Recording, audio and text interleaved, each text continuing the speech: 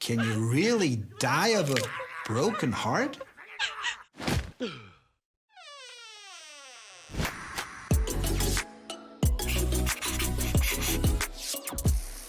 Hi, I'm Dr. Hart.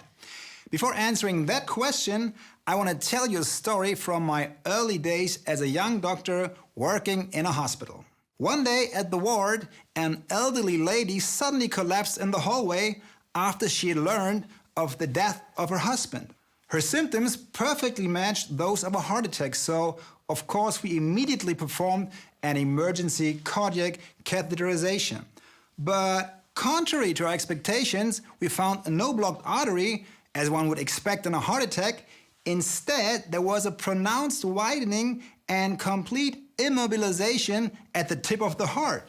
This finding is quite typical for the so-called broken heart syndrome. But how can our mind, how can thoughts and feelings cause such a life-threatening physical condition of the heart?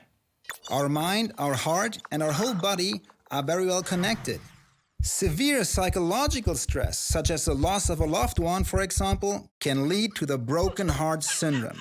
The suspected cause is a damage to the heart tissue after an excess exposure to stress hormones. Patients can sometimes die from the cardiac arrhythmia this disease can cause. So, in theory, yes, it is possible to die of a broken heart, but it doesn't happen very often. Situations of sudden and intense emotional pain can affect our hearts just as ongoing stress can.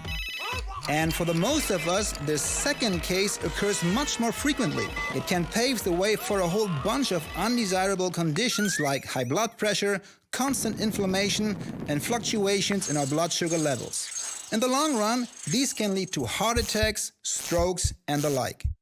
People under stress also adopt more unhealthy habits.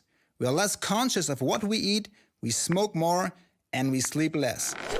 So what can we do? First and foremost, if you suffer from a serious mental issue like depression or anxiety, please seek out professional help.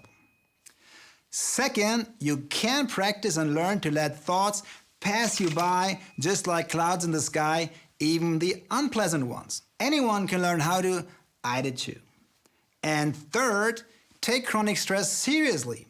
Even if you can't measure it as easily as blood pressure or cholesterol, it's still a very dangerous risk factor. So learn to manage your stress effectively and start setting aside half an hour of daily me time today. Take this time just for yourself to relax and to do whatever makes you happy. Remember, mind, body, and soul. A healthy heart needs a healthy attitude. Make sure to relax.